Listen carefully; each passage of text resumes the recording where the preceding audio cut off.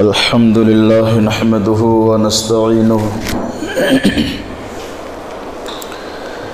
والصلاة والسلام على سيد الأنبياء والمرسلين وعلى آله وأصحابه أجمعين.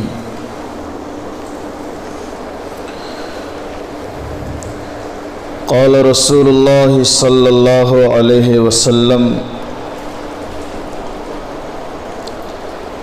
اللهم إني أحبهما فأحبهما وأحب من يحبهما، أو كما قال رسول الله صلى الله عليه وسلم. قابل احترام بزرگوں، آج کی تقریر میں چند ملی جلی چیزیں آپ کے سامنے آئیں گی۔ محرم الحرام کا یہ مہینہ ہے، اسلامی تاریخ کا پہلا مہینہ ہے۔ اسلامی تاریخ چاند کے اعتبار سے چلتی ہے، سورج کے اعتبار سے جو تاریخیں چلتی ہیں، جس کو شمسی تاریخ کہا جاتا ہے، جس کو عیسوی بولتے ہیں، وہ بھی ناجائز نہیں ہے۔ بعض لوگ کہتے ہیں کہ یہ اسلامی تاریخ ہماری ہے اور وہ جو عیسوی تاریخ ہے وہ عیسائیوں کی۔ غلط بات ہے۔ چاند بھی اللہ نے پیدا کیا ہے، سورج بھی اللہ نے پیدا کیا ہے۔ چاند کے حساب سے جو تاریخیں بنی ہیں وہ قمری کہلاتی ہیں، سورج کے اعتبار سے جو تاریخیں بنی ہیں وہ شمسی کہلاتی ہیں۔ ناجائز نہیں ہے، دونوں چیزیں اللہ کی مخلوق ہے۔ البتہ اسلامی تاریخ جو حضرت عمر رضی اللہ تعالیٰ عنہ کے مشورے سے ہجری کی تاریخ مانی گئی، وہ محرم الحرام پہلا مہینہ مانا گیا۔ تو ایک تو محرم الحرام یہ قابل احترام مہینہ ہے۔ الفاظ پہ غور کیجئے، محرم الحرام یہ پورا نام ہے۔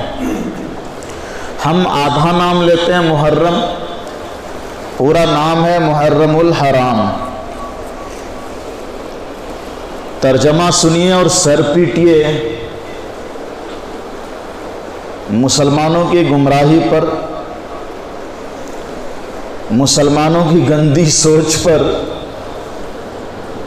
سر پیٹیے، مسلمانوں کی جہالت پر۔ نام ہے محرم الحرام، اور حرام کا وہ مطلب نہیں ہے جو ناجائز بولتے ہیں، حرام ناجائز، بلکہ یہ حرام ایسے ہی جیسے کہتے ہیں مسجد حرام۔ کعبے کی مسجد کو کیا بولتے ہیں؟ مسجد حرام۔ کیا مطلب ہوا؟ عظمت والی مسجد، عزت و حرمت والی مسجد۔ کیا معنی ہوا؟ مسجد حرام کے معنی عظمت والی مسجد، مرتبہ اور مقام والی مسجد، اس کو کہتے ہیں مسجد حرام۔ اب محرم الحرام میں وہی حرام ہے۔ محرم الحرام کیا معنی ہوگا؟ عظمت والا مہینہ، عزت و مرتبہ والا مہینہ، مقام و مرتبہ والا مہینہ۔ کیا مسلمانوں کی عقل کو ہو گیا؟ کتنا پیارا نام ہے۔ اس مہینے کا نام دیکھو کتنا پیارا ہے۔ جیسے مسجد حرام کے معنی ہے عظمت والی مسجد، محرم الحرام بھی وہی ہے، عظمت والا، برکت والا، عزت والا، مرتبہ اور مقام والا مہینہ۔ میں نے کیوں کہا کہ ترجمہ سنیے اور سر پیٹیے مسلمانوں کی جہالت پر، مسلمانوں کی گمراہی پر سر پیٹیے، مسلمانوں کی نادانی پر سر پیٹیے۔ یہ میں نے کیوں کہا؟ اس لیے کہا کہ آج جس مسلمان کے پاس تھوڑا پیسہ زیادہ ہوتا ہے اس کے دل میں ایک ارمان زیادہ ہوتا ہے، حالانکہ یہ ارمان سارے مسلمانوں کے دل میں ہوتا ہے۔ یہ ارمان سارے مسلمانوں کے دل میں ہوتا ہے، کاش ایک بار بھی مسجد حرام دیکھ لیتا، اس مسجد میں ایک نماز کا ثواب 1,00,000 نماز کے برابر ہے۔ ایک نماز کا ثواب 1,00,000 نماز کے برابر ہے۔ ہر مسلمان تمنا کرتا ہے کاش میں بھی حرم شریف دیکھ لوں، میں بھی کعبے کی زیارت کر لوں، میں بھی ایک وقت کی نماز کم سے کم وہاں پڑھ لوں۔ یہ ہر مسلمان کے دل کا ارمان ہے کہ نہیں ہے؟ اچھا، کعبے کو دیکھنا بھی عبادت ہے، کعبے میں چلنا بھی عبادت ہے، مسجد حرام میں بیٹھنا بھی عبادت ہے، وہاں نماز کی تو بات ہی کیا بات ہے۔ تو وہاں عبادت کرنے کے لیے ہر مسلمان دل میں ارمان پالے بیٹھا ہے، اور جس کے پاس ذرا دولت زیادہ ہو گئی وہ تو اپنی نکاح، اپنے بچوں کے نکاح کی جگہ بھی مسجد حرام کو طے کرتا ہے کہ نکاح مسجد نبوی میں ہوگا یا پھر حرم شریف میں ہوگا۔ یہ ہو رہا ہے کہ نہیں ہو رہا؟ بڑے بڑے مالدار لوگ ہوائی جہاز سے جاتے ہیں، حرم شریف میں نکاح پڑھواتے ہیں۔ وہاں نکاح پڑھانے کیوں جا رہے بھائی؟ ادھر نکاح نہیں ہوتا ہے، اس لیے جا رہے ہیں کہ اس جگہ کی بات ہی کچھ اور ہے۔ اس مقدس جگہ پر جس کو قرآن نے مسجد حرام کہا ہے، عزت، مرتبہ اور مقام والی مسجد، وہاں میرے بچے کا نکاح ہو جائے تو واہ کیا بات ہے۔ تو اس نکاح کے لیے مسجد حرام جاتے ہیں، اس لیے کہ وہ مسجد حرام ہے۔ عبادت کے لیے مسجد حرام جا رہے ہیں، اس لیے کہ وہ مسجد حرام ہے۔ یہ بے وقوف مسلمان محرم میں نکاح نہیں پڑھنا کہتے، محرم میں شادی نہیں کرنا۔ واہ صاحب، نکاح پڑھانے کے لیے آپ مسجد حرام جا رہے ہو، محرم میں نکاح نہیں پڑھنا چاہیے، نکاح نہیں کرنا چاہیے، شادی ہی نہیں کرنا چاہیے محرم کے مہینے میں۔ ارے ایسا کیوں؟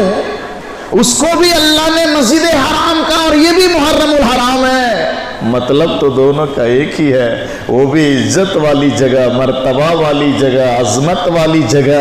یہ عزت والا مہینہ، مرتبہ والا مہینہ، عظمت و مقام و مرتبہ والا مہینہ، اس مہینے میں نانی کیوں یاد آ رہی ہے نکاح کرنے سے؟ کیوں پیٹ میں درد ہو رہا ہے؟ یہ جہالت ہے، یہ نادانی ہے۔ شریعت تو کہتی ہے یہ محرم الحرام ہے، ہم کہتے ہیں اس میں نکاح ہی حرام ہے، نکاح نہیں کرتے، شادی نہیں کرتے محرم میں۔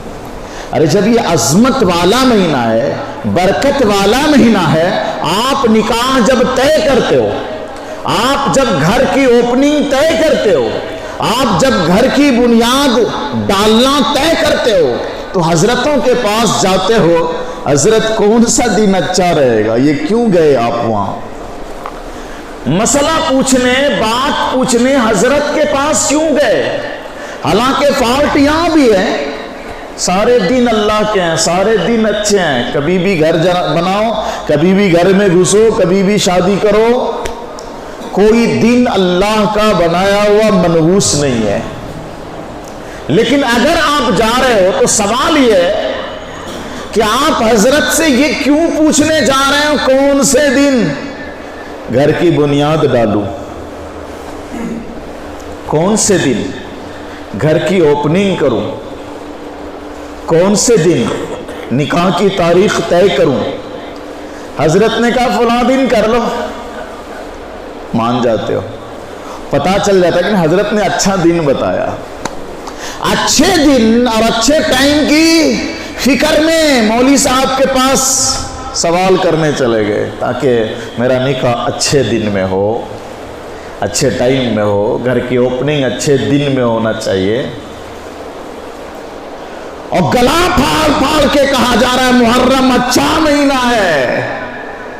چیخ چلا کے مولوی حضرات مائک پہ کہہ رہے ہیں، تقریروں میں کہتے ہیں محرم اچھا مہینہ ہے، محرم بہترین مہینہ ہے، عظمت والا ہے، عزت والا ہے، مرتبہ. یہ مولوی نہیں کہہ رہا ہے، قرآن میں اللہ نے اس مہینے کی فضیلت کو بیان کی. یہ اشہر حرم ہے محرم، عظمت والا مہینہ ہے. قرآن کریم میں اس کو عظمت والا مہینہ مانا گیا ہے. اور جب یہ بات آپ کے سامنے کہہ دی جاتی ہے کہ یہ عظمت والا مہینہ ہے، مسلمان ماننے کو تیار نہیں. کہنے دو مولوی صاحب کو، پر ہم نکاح یہ مہینے میں نہیں کرتے. محرم کے علاوہ کوئی اور مسئلہ حضرت کو بولنے دو، مان لیتا ہوں، پر محرم کے مہینے میں نکاح نہیں، اس مہینے میں نکاح نہیں. کیا نادانی ہے، کیا جہالت ہے. شریعت نے اس مہینے کو اتنا اونچا بتا دیا، ہم نے اس مہینے کو اتنا گھٹیا بنا دیا، اتنا گھٹیا بنا دیا کہ اس میں ہم گھر کی اوپننگ نہیں کرتے، نیا کام شروع نہیں کرتے، گھر کی بنیاد نہیں ڈالتے، نکاح نہیں کرتے، کوئی اچھا کام. شادی ہال والے پریشان رہتے ہیں، کئی مہینے تک تو ہال بک نہیں ہوتا ہے. وہ کرتے بھی ہیں تو غیر مسلم، مسلمان تو ہال بک ہی نہیں کرتے اس مہینے میں. واہ مسلمان، یہ ہے شریعت پر مسلمانوں کا عمل. قرآن کچھ اور کہہ رہا ہے، حدیث کچھ اور، ان کا نام ہی کچھ اور ہے. محرم کا نام اچھا ہے. محرم کے بعد ایک مہینہ آئے گا، کون مہینہ آئے گا محرم کے بعد؟ اللہ اکبر، سفر المظفر. پورا نام ہے اس کا سفر مظفر. وہ کسی مولوی صاحب سے پوچھ لو مظفر کے معنی کیا ہیں. مظفر کے معنی کیا ہیں؟ کامیاب. ظفر کے معنی کامیابی، مظفر کہتے ہیں کامیاب کو. تو اسلام کہتا ہے یہ مہینہ تیرا کامیاب ہے. مسلمان کہتا نکو میرے کو نہیں چاہیے، یہ مہینہ بڑا منحوس ہے. اسلام کہتا ہے سفر المظفر ہے، کوئی بھی کام کرو کامیاب ہو جاؤ گے، اس لیے کہ نام کا اثر پڑتا ہے. یہ مہینہ سفر المظفر ہے، کامیاب مہینہ. مسلمان کہتا ہے اگر میں اس مہینے میں کیا تو ناکام ہو جاؤں گا. تیری الٹی کھوپڑی. مہینہ کچھ اور ہے، تم کچھ اور سمجھ رہے. یہ کیا ہو رہا ہے؟ یہ جہالت پر ہم ڈٹے ہوئے ہیں، اپنی نادانی پر ہم ڈٹے ہوئے ہیں. بات تو یہی ہونی چاہیے کہ جب علم کی روشنی آ جائے تو جہالت کا اندھیرا دور ہونا چاہیے، ذرا روشنی میں آنا چاہیے. لیکن مسلمان ضد میں ہے، وہ یہ ٹھان کے بیٹھا ہے کہ ہم اندھیرے میں ہی رہیں گے. میرے لیے اندھیرا ہی ٹھیک ہے، روشنی نکو. اندھیرے میں رہنا پسند کرتا ہے. تو میں شروع کیا تھا بات یہاں سے کہ یہ مہینہ محرم الحرام اسلامی تاریخ کا پہلا مہینہ. کتنا پیارا نام ہے محرم الحرام، جس کو ہم نے سب کچھ حرام کر دیا کہ اس مہینے میں مچھلی نہیں کھانا، اس مہینے میں شادی نہیں کرنا، اس مہینے میں کوئی نیا کام نہیں کرنا، سب حرام ہے. اور کہیں کہیں تو لوگ ننگے پاؤں چلتے، بولے یہ مہینے میں چپل نہیں پہننا چاہیے. واہ مسلمان تھے. اس مہینے میں چارپائی پہ نہیں بیٹھتے لوگ، کھاٹ پہ نیچے سوتے ہیں. عجیب عجیب تماشے، عجیب عجیب خرافات. حقیقت روایات میں کھو گئی، یہ امت خرافات میں کھو گئی. حقیقت روایات میں کھو گئی، یہ امت خرافات میں کھو گئی.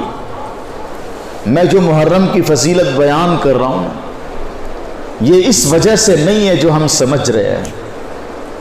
جو محرم کی فضیلت اور سن لیجئے، حضور پاک صلی اللہ علیہ وسلم محرم میں خاص 10ویں محرم جس کو عاشورہ کہتے ہیں، عاشورہ کے معنی 10واں دن، عاشورہ 10 محرم کو کہتے ہیں. حضور فرماتے ہیں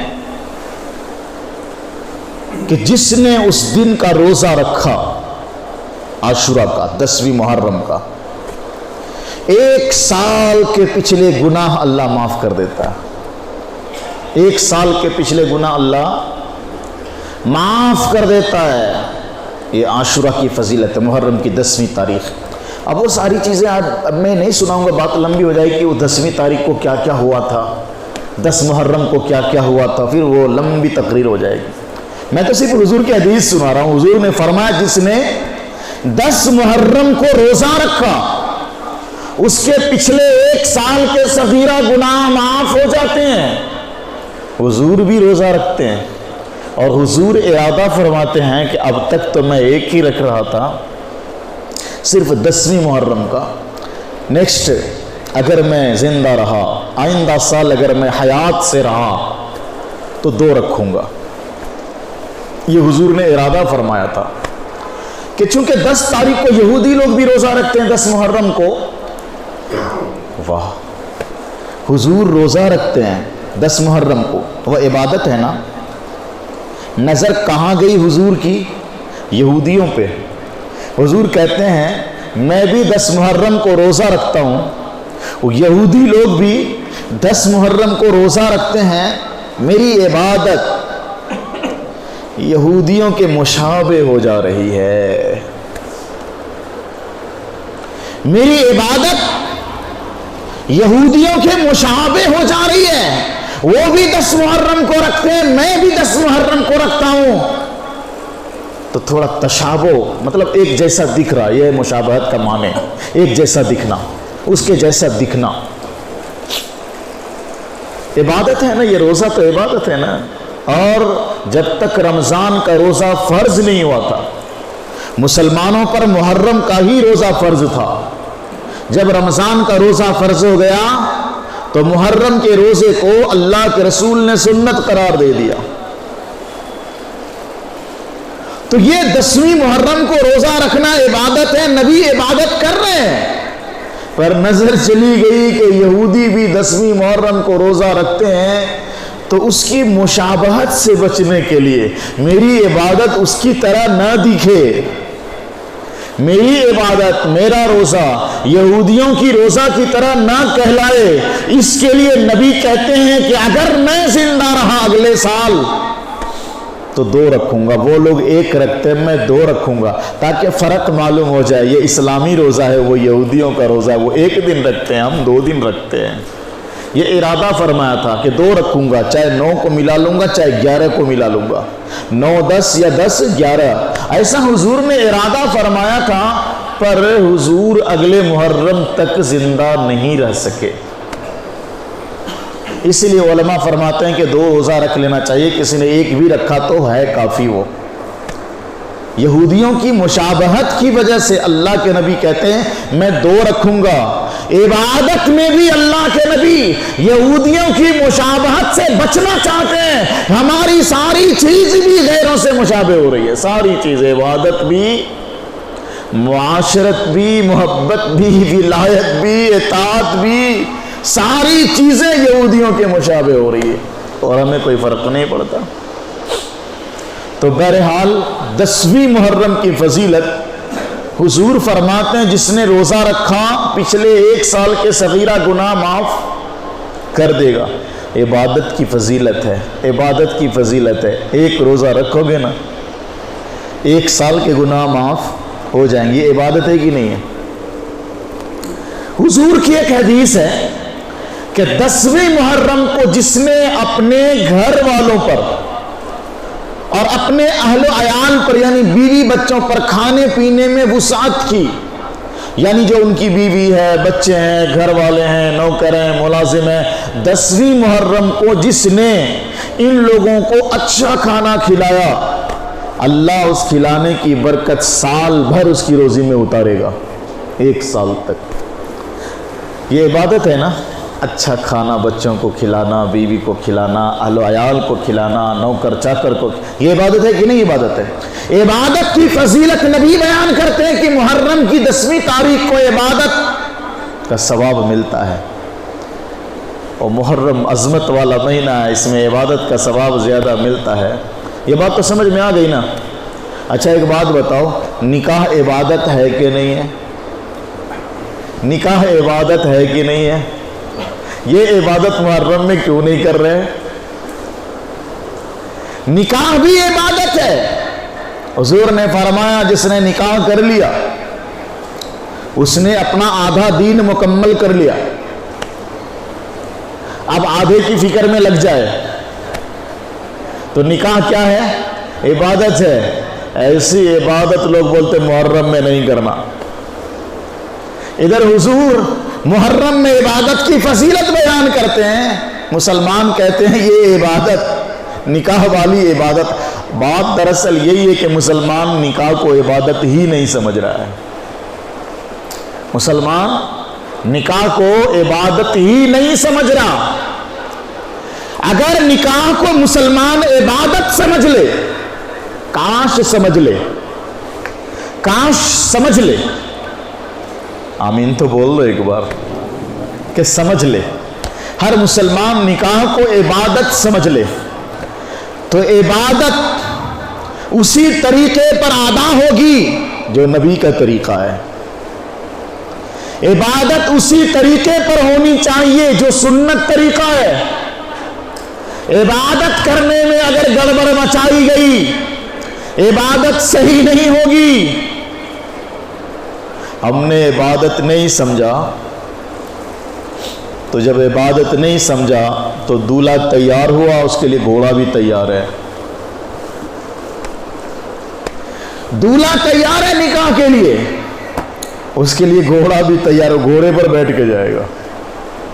دولہا تیار ہے عبادت نکاح کے لیے، بعض لوگ ہاتھی لے کے آتے ہیں، وہ ہاتھی پہ بیٹھ کے جائے گا سسرال۔ اب تو جب سے مہنگی مہنگی کاریں آئی نا تو گھوڑے اور ہاتھی کا سسٹم ختم ہو گیا، ورنہ میں نے اپنی آنکھوں سے بہت سارے دلہا کو ہاتھی پر چڑھ کر بارات جاتے ہوئے دیکھا جا رہا ہے، سب شادی کرنے کا ہاتھی پر بیٹھ کے۔ اچھا یہ نے بیچارہ ہاتھی پہ ہے، گھوڑے پر اور پیچھے بینڈ باجا ہے، وہ تو آج بھی ہمارا پیچھا نہیں چھوڑ رہا۔ یہ بینڈ باجا مسلمانوں کا باجا بجا رہے ہیں، ہماری عبادت کا باجا بجا رہے ہیں اور ہمیں پتہ ہی نہیں ہے۔ اس لیے نہیں پتہ ہے کہ ہم نے اس چیز کو عبادت ہی نہیں سمجھا۔ مسلمان نکاح کو عبادت سمجھتا تو عبادت کرنے کے لیے ہم وضو کر کے آتے ہیں۔ دولہا سے پوچھ لو نکاح کے ٹائم وضو کیے ہو؟ نہیں حضرت وضو تو نہیں کیا ہوں۔ ارے اوپر سے ڈالا ہی اتنا کہ اگر وضو ہوگا بھی تو ٹوٹ جائے گا۔ وزن اتنا ڈالا ہے دولہے کے سر پر، اتنا وزن ڈالے ہوا ہے، وہ مالا اپنے ہاتھ سے اٹھا بھی نہیں پا رہا، دو آدمی پکڑ کے اٹھاتے وہ مالے کو جو ڈالا ہے سہرے میں، اتنا وزن۔ وضو نہیں ہے دولہا میاں کا، عبادت کرنے بیٹھا بچہ، عبادت کرنے آیا ہے، دونوں ہاتھ رنگین، مہندی لگا کے آیا ہے، مہندی لگا کے آیا ہے۔ وہ کیوں نہ آئے مہندی لگا کے؟ شادی جو کرنے آیا ہے وہ مہندی لگا کے آیا ہے، سونے کی انگوٹھی پہن کے آیا ہے، اور یہ سب چیزیں اپنے باپ کی تھوڑی لگایا ہے۔ مہندی کے پیسے بھی لڑکی کے باپ سے لے رکھا ہے اس نے، مہندی کے پیسے بھی لڑکی کے باپ سے لے کے رکھا انہوں نے۔ ایک ایک چیز گنتی ہے۔ دولہے کی امی، مہندی میں اتنا خرچہ ہے، ابٹن میں اتنا خرچہ ہے، سہرے میں اتنا خرچہ ہے، پورا خرچہ جوڑ کے ڈیمانڈ کرتے ہیں، جوڑے کو اتنا پیسہ چاہیے۔ نام کیا رکھا؟ جوڑے کو۔ آہا، جوڑے کو، جوڑا بولے تو کرتا پاجامہ، کتنا پیارا نام رکھا۔ جوڑے کو 5 لاکھ، جوڑے کو 10 لاکھ، جوڑے کو۔ بیچارے نریندر مودی نے 10 لاکھ کا شوٹ پہنا، بدنام ہو گیا۔ 10 لاکھ کا شوٹ، ہم جوڑے کو بول کے 10 لاکھ لے رہے ہیں لڑکی والے سے۔ اچھا ٹھیک ہے، اگر کوئی لڑکی والا شانہ رہا، جوڑے کے نام پہ 10 لاکھ دے دیا، وہ پہن کے آیا ہے 1500 روپے کا پینٹ، میاں جوڑے کو 10 لاکھ دیا تھا، 1500 روپیہ کا پینٹ شرٹ پہن کے آیا نا تو اب کیا جواب دو گے؟ نہیں، وہ جوڑا بول کے لیا تھا لیکن اس میں مہندی بھی شامل تھی، صحرا بھی تھا، کھانے پینے کا تھا، اور ہمارے رشتہ دار کے کپڑے اپڑے جو ہم نے خریدے وہ سب تمہارے پیسے سے لیے نا۔ یہ عبادت ہو رہی ہے ہماری، اس لیے محرم میں یہ عبادت نہیں کرتے ہیں۔ مسلمان اس کو عبادت سمجھتا تو اس بات پہ جھگڑا نہیں ہوتا کہ نکاح مسجد میں ہونا چاہیے کہ شادی ہال میں ہونا چاہیے۔ جب کوئی رشتہ دار ان سے کہہ دیتا ہے کہ نکاح مسجد میں ہوگا، دولہا کہتا نہیں میں میرا نکاح شادی ہال میں پڑھاتا ہوں، اس کو پتا ہے میں اس کو عبادت نہیں مانتا، اس کے گھر والے بھی سمجھ رہے ہیں میں اس کو عبادت نہیں سمجھتا، اور جب عبادت نہیں سمجھ رہے، اسلام کہتا ہے نکاح عبادت ہے، نکاح عبادت ہے، مسجد میں جاؤ سنت کے مطابق کرو، اور ہم پڑ گئے غیروں کے چکر میں، جس طریقے سے غیر شادی کرتے ہم بھی کرنے لگ گئے۔ ان کی شادی عبادت نہیں ہے، ہماری شادی عبادت ہے۔ فرق تو سمجھ میں آنا چاہیے نا، دنیا کو فرق دکھانا تھا کہ یہ میری چیز عبادت ہے، تیری چیز عبادت نہیں ہے۔ لیکن مسلمان تو اپنی ضد پہ ہے، ہٹ درمی پہ ہے، تو یہ عبادت بھی مسلمان محرم میں نہیں کرنا چاہتا ہے۔ میں کہہ رہا تھا کہ اتنی جو فضیلت محرم کی بیان کر رہا ہوں میں، اور آپ کے سامنے محرم کا جو مقام آ رہا ہے کہ محرم فضیلت والا مہینہ ہے، برکت والا مہینہ ہے، رحمت والا مہینہ ہے، عزت والا مرتبہ والا مہینہ ہے، یہ اس وجہ سے نہیں ہے جو ہم سوچ رہے ہیں کہ محرم، عام طور پر مسلمان محرم کو ایک ہی وجہ سے جانتے ہیں، ورنہ کوئی پہچانتا بھی نہیں اس کو۔ مسلمان محرم کو صرف ایک وجہ سے آج پہچان رہا ہے، اور وہ کیا وجہ ہے کہ اس مہینے میں حضرت حسین رضی اللہ عنہ کی شہادت ہوئی ہے۔ اسی وجہ سے انسان مسلمان محرم کو پہچان رہا ہے، تبھی تو وہی کام کر رہا ہے جو شہادت کے بعد شیعہ کرتے ہیں، صرف وہی کام محرم میں ہو رہا ہے۔ بولو نکاح نہیں، وہ نہیں کریں گے، مچھلی ہاں وہ نہیں کھائیں گے کیونکہ محرم میں چل رہا ہے نا، عزت کرنی چاہیے محرم کی، اللہ اکبر، وہ نہیں کریں گے، یہ نہیں کھائیں گے کیونکہ اس مہینے میں شہادت نواز رسول ہی ہے، تو مچھلی نہیں کھائیں گے۔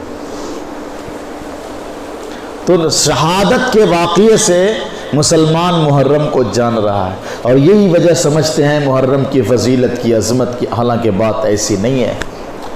جو حدیث میں نے حضور کی پیش کی ہے یہ حضرت حسین کی شہادت سے بہت سال پہلے کی بات ہے۔ حضرت حسین کی شہادت کب ہوئی؟ حضور کا وصال ہوا، سیدنا ابو بکر صدیق خلیفۃ المسلمین، خلیفہ رسول بنے، سیدنا صدیق اکبر کے بعد حضرت عمر رضی اللہ تعالیٰ عنہ امیر المؤمنین بنے، عمر کے بعد عثمان غنی امیر المؤمنین بنے، عثمان غنی کے بعد حضرت علی امیر المؤمنین بنے، علی کے بعد معاویہ امیر المؤمنین بنے، معاویہ کے بعد حضرت حسین کی شہادت ہوئی۔ اتنا لمبا ٹائم ہے، اور اتنے لمبے ٹائم میں حضور بھی روزہ رکھ رہے ہیں، صحابہ بھی روزہ رکھ رہے ہیں، اور سب کو محرم کی فضیلت کا پتہ ہے۔ تو ایک تو بھائی تقریر کا خلاصہ یہ ہے کہ یہ جو محرم فضیلت والا مہینہ ہے نا، بہت لمبا چوڑا کام اس میں نہیں بتایا شریعت نے، لمبا چوڑا کام نہیں کرنا ہے، بس اتنا کرنا ہے کہ 10ویں محرم کو روزہ رکھنا، اور 10ویں محرم کو اپنے گھر میں ذرا اچھا کھانا پکا لینا بچوں کے لیے، ٹھیک ہے؟ 9 تاریخ کو بھی شامل کر سکتے ہو، 11 محرم کو بھی شامل کر سکتے ہو، اگر 2 روزہ رکھنا ہے تو کم سے کم ایک تو رکھنا ہی، بس اتنا ہی کام ہے۔ الگ سے نہ نماز ہے اس کے لیے، نہ الگ سے کچھ اور چیزیں ہیں محرم کے لیے، اتنا ہی شریعت میں بتایا گیا ہے۔ اب چلے ادھر کہ جس طرح پچھلے جمعہ میں ہم نے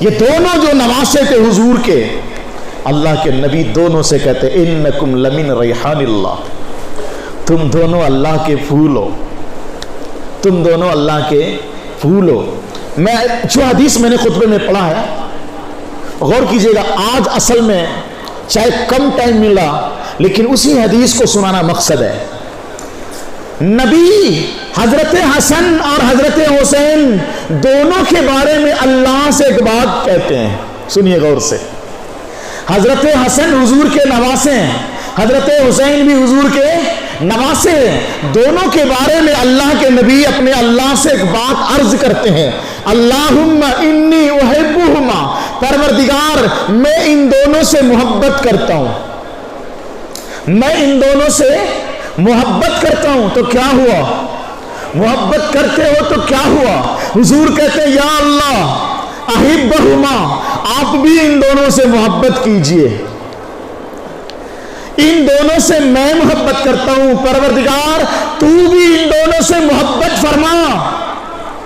بات ختم نہیں ہوئی، ابھی حضور کی دعا ختم نہیں ہوئی، آگے دعا کا ٹکڑا ہے، وَأَحِبَّ مَن يُحِبُّهُمَا، پروردگار جو ان دونوں بچے سے محبت کرے تو ان سے بھی محبت فرما،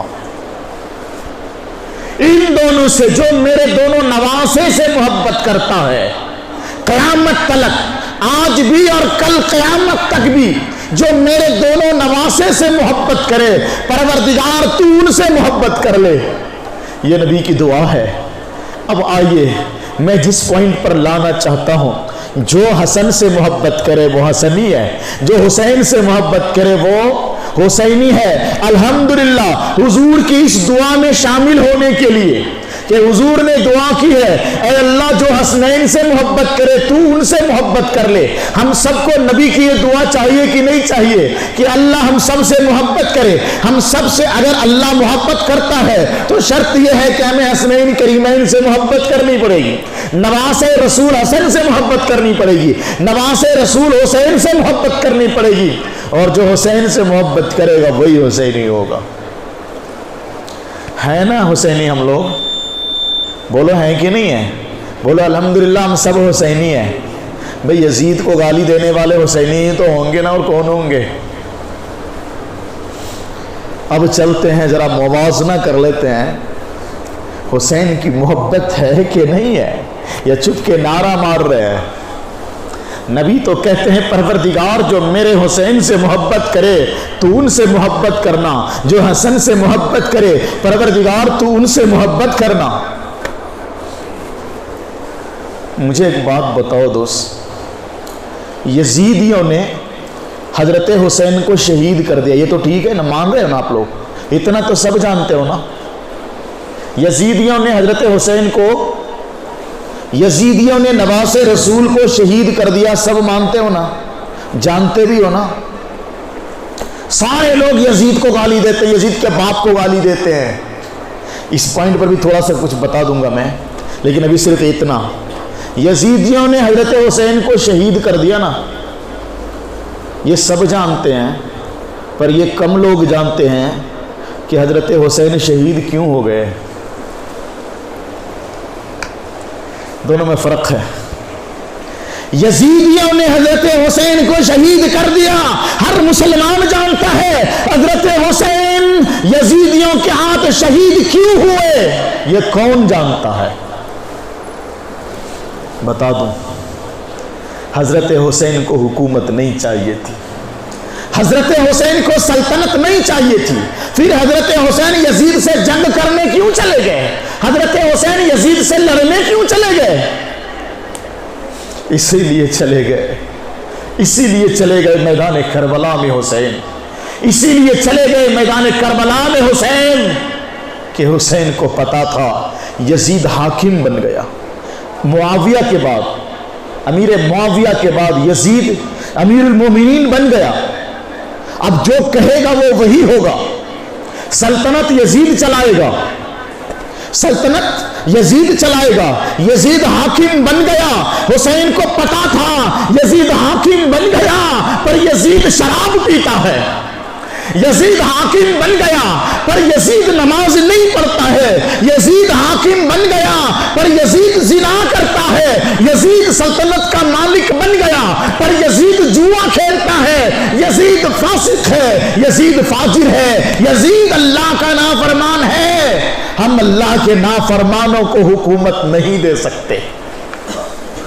اسی لیے حضرت حسین میدان کربلا نکل پڑے، اور میدان کربلا میں بھی یزیدیوں سے لڑتے لڑتے حضرت حسین نے نماز ادا کی، امت کو بتایا کہ میں حسین ہوں۔ حسین نماز سے محبت کرتا ہے، جو نماز سے محبت کرے گا وہ حسینی ہے، جو بے نمازی بن کے جلوس نکالے گا وہ یزیدی ہے، جو شراب نہیں پیے گا وہ حسینی بنے گا، جو شراب پی کر محرم کا جلوس نکالے گا وہ یزیدی ہوگا، جو جوا سے نفرت کرے گا وہ حسینی ہے، جو جوا کھیلنے میں مست رہے گا وہ یزیدی ہے، جو زنا سے نفرت کرے گا وہ حسینی ہے، جو زنا میں ملوث رہے گا وہ یزیدی ہے۔ محرم منانے والے میں فتویٰ تو نہیں دے رہا ہوں کہ یہ جائز ہے کہ ناجائز، پر اتنا ضرور یاد رکھ لینا کہ میرے حسین کی صفت کیا تھی، میرے حسین کا طریقہ کیا تھا۔ آج اس کا غم منا رہے ہیں، آج اس کے غم میں ہم یہ رسم و رواج کر رہے ہیں۔ نماز پڑھتے ہیں کہ نہیں پڑھتے ہیں، گناہ سے بچتے ہیں کہ نہیں بچتے ہیں۔ گناہگار تھا یزید، مجرم و فاسق و فاجر تھا یزید، اللہ کی بات نہیں مانتا تھا یزید، شریعت پر نہیں چلتا تھا یزید۔ اسی لیے حضرت حسین نے جنگ کا اعلان فرما دیا۔ اگر یزید شریعت کا پابند ہوتا تو حضرت حسین جنگ کا اعلان نہیں کرتے۔ آج ہمیں دیکھنا ہے کہ اگر یزید کے خلاف نعرہ لگا رہے ہیں، یزید کے خلاف گالیاں بک رہے ہیں، حسین کی حمایت میں، حسین کے سپورٹ میں، تو دیکھنا ہے کہ ہم شریعت پہ حسین کی طرح چل رہے ہیں کہ نہیں چل رہے ہیں۔ کاش ہم حسینی بن جائیں، اللہ کرے سب کو اللہ حسینی بنا دے کہ میدان جنگ میں بھی سجدے میں پڑے ہیں دشمن تلوار چلا رہا ہے، سجدے میں پڑے ہیں دشمن خنجر مارتا ہے، سجدے میں پڑے ہیں دشمن تیر چلا رہا ہے، ہم گھر میں آرام سے بیٹھے ہیں، نہ کسی کا خوف ہے، نہ کسی کا خطرہ ہے، نہ کوئی ٹینشن ہے، نہ کوئی رکاوٹ ہے، نہ کوئی مسجد جانے سے روک رہا ہے، نہ نماز پڑھنے سے روک رہا ہے، پر نماز نہیں پڑھتا ہے، کہتے ہیں ہم حسینی ہیں۔ لبیک یا حسین، اللہ اکبر، نعرے بھی الگ الگ بن رہے ہیں آج کل۔ پہلے یا حسین کہتے تھے، اب نیا نعرہ نکلا، لبیک یا حسین، لبیک یا حسین، یعنی ہم حاضر ہیں حسین۔ اگر حاضر ہیں حسین تو میدان کربلا میں حسین سجدے میں پڑے ہوئے تھے، آپ سجدے میں جا کے کہو لبیک یا حسین، نماز تجھے پسند تھی، میں نے بھی نماز پسند کر لی حسین، تجھے گناہوں سے نفرت تھی، میں نے بھی گناہ چھوڑ دیا حسین، یہ حسینیت ہے۔ اور اگر گناہ میں ملوث ہوتے ہیں تو یہ یزیدیت ہے۔ اب اخیر میں ایک بات عرض کر دوں کہ جنگ حسین میں اور یزید میں ہو گئی۔ میں نے یزید کے بارے میں بتا دیا کہ یزید شرابی تھا، یزید بے نمازی تھا، یزید شریعت کا پابند نہیں تھا، اس لیے حضرت حسین نے ان کو امیر ماننے سے منع فرما دیا اور ان سے جنگ کرنے کے لیے نکل گئے۔ لیکن اتنا ہی آتا ہے کہ یزید نافرمان تھا، شریعت کا پابند نہیں تھا، لیکن کافر کہنے سے سارے علماء نے منع فرمایا کہ یزید کو کافر مت کہو، مت کہو کافر، مرو گے، قبر میں جاؤ گے، منکر نکیر بھی تیرے سے یزید کے بارے میں نہیں پوچھے گا، اور میدان حشر میں اللہ بھی تیرے سے یزید کے بارے میں نہیں پوچھے گا کہ ان کو کافر کہا تھا کہ نہیں کہا تھا، اور اتنا ضرور پوچھے گا کہ میرے نبی اور نبی کے جو نواسے تھے، صحابی رسول ہیں حضرت حسین، ان کے طریقے پہ چلے تھے کہ نہیں چلے تھے، یہ تو سوال ہوگا۔ تو گالی دینے سے پکڑے جاؤ، کہے کو خامخواہ گالی دے رہے بھائی، تمہیں پتہ ہے وہ کافر تھا؟ نہیں نا، دے رہے گالی۔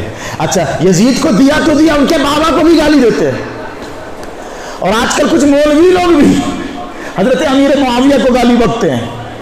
حضرت امیر معاویہ صحابی رسول ہیں، سن لو، یزید کے جو باپ ہیں نا، یزید کے ابا کا نام معاویہ ہے، حضرت معاویہ ابو سفیان کے بیٹے صحابی ہیں، یزید کے ابا صحابی ہیں، حضور کے سالے صاحب ہیں۔ معاویہ یزید کے ابا حضور کے سالے صاحب ہیں، حضور کی بیوی کے بھائی ہیں معاویہ، اور حضور نے امیر معاویہ کے لیے دعا بھی کی اللہ سے، اللہم اجعلہ ہادیا مہدیا واہد بہ۔ معاویہ کے لیے حضور دعا کرتے ہیں، اللہ تو ان کو ہدایت کا ذریعہ بنا دے، لوگوں کو ہدایت کی طرف بلائے، ایسا بنا دے معاویہ کو، مہدیًا ہدایت یافتہ بنا دے، لوگوں کو ان کے ذریعے سے ہدایت عطا کر دے۔ اتنی پیاری دعا حضرت امیر معاویہ کو دے رہے ہیں حضور۔ حضور پر وحی کا نزول ہوتا ہے، امیر معاویہ سے حضور لکھواتے ہیں تو کاتب وحی بھی ہیں۔ جبریل تشریف لائے اللہ کے رسول کے پاس، جبریل علیہ السلام۔ جبریل علیہ السلام پتہ ہے کون ہے جبریل علیہ السلام؟ پیغمبر ہیں۔ جبریل علیہ السلام پیغمبر ہیں، نبی ہیں۔ کل میں ایک ویڈیو دیکھا، کون بنے گا کروڑ پتی میں ایک مسلمان آیا امیتابھ بچن کے سامنے، میرے موبائل میں آئی وہ چھوٹی سی ویڈیو۔ دیکھیے میں ان چیزوں میں جاتا نہیں ہوں، پر ایک مثال، حیرت ناک مثال، افسوسناک مثال ہے یہ، کہ جب کوئی مسلمان ایسے پروگرام میں جاتا ہے تو وہ بھی پرکھنے کے لیے بیٹھا ہے کہ مسلمان ہے پر اسلام کو جانتا بھی ہے کہ نہیں جانتا ہے۔ اس نے سوال کیا کہ میں 4 نام لوں گا آپ کے سامنے، آپ ان 4 میں سے بتاؤ کہ کون ان میں سے پیغمبر نہیں ہے۔ یہ امیتابھ بچن نے پوچھا مسلمان نوجوان سے، میں تمہارے سامنے 4 نام لے رہا ہوں، بتاؤ ان 4 میں سے ایک کون ہے جو پیغمبر نہیں ہے۔ تو 4 نام، آدم، موسیٰ، عیسیٰ اور جبریل علیہ السلام، یہ 4 آپشن دیا انہوں نے۔ تو جب 4 آپشن آ گئے، آدم، موسیٰ، عیسیٰ اور جبریل علیہ السلام، تو یہ جو بیٹھا ہوا نوجوان کہتا ہے کوسچن چینج کر دیجئے، سوال بدل دیجئے، یہ سوال میرے کو نہیں چاہیے، بچے کو پتہ ہی نہیں تو جواب کہاں سے دے گا، کہا کوسچن چینج کر دیجئے۔ شرمناک بات ہے کہ نہیں ہے؟ یہ بنیادی چیز ہے، جس مسلمان کو یہ پتا نہیں ہو کہ آدم میں اور جبریل میں کیا فرق ہے، موسیٰ میں اور جبریل میں کیا فرق ہے، عیسیٰ میں اور جبریل میں کیا فرق ہے، وہ تو کہے گا نا کہ سوال بدل دیجئے۔ لیکن اس سے بھی افسوسناک بات یہ ہے کہ اب امیتابھ بچن خود بتاتا ہے کہ سوال تو ضرور بدل دوں گا لیکن تیرے لیے جان لینا ضروری ہے، کہ ان 4 میں سے صرف ایک ہیں جبریل علیہ السلام جو پیغمبر نہیں ہے، بلکہ اسلامی تعلیم کے مطابق جبریل علیہ السلام پیارے محمد صلی اللہ علیہ وسلم کے پاس اللہ کا قرآن لے کر آیا کرتے تھے، یہ فرشتے ہیں۔ تو جبریل حضور کے پاس آئے، اے اللہ کے نبی معاویہ سے کام لیجئے۔ واہ، جبریل اللہ کے حکم سے آتا ہے، وہ حضور کے پاس آ کے کہتے ہیں اللہ کے نبی آپ معاویہ سے کام لیجئے، اس لیے کہ وہ حکومت کے سلسلے میں بڑے امانت دار ہیں۔ امیر معاویہ کو لوگ گالی دیتے ہیں، صحابی پر کوئی بھی آدمی اگر انگلی اٹھائے گا جہنمی بن جائے گا۔ اللہ ہم سب کو عمل کی توفیق عطا فرمائے، جس کی سنتیں باقی ہیں پڑھ لیں اور سلام پھیر کروائے ہماری مسجد کا اچھا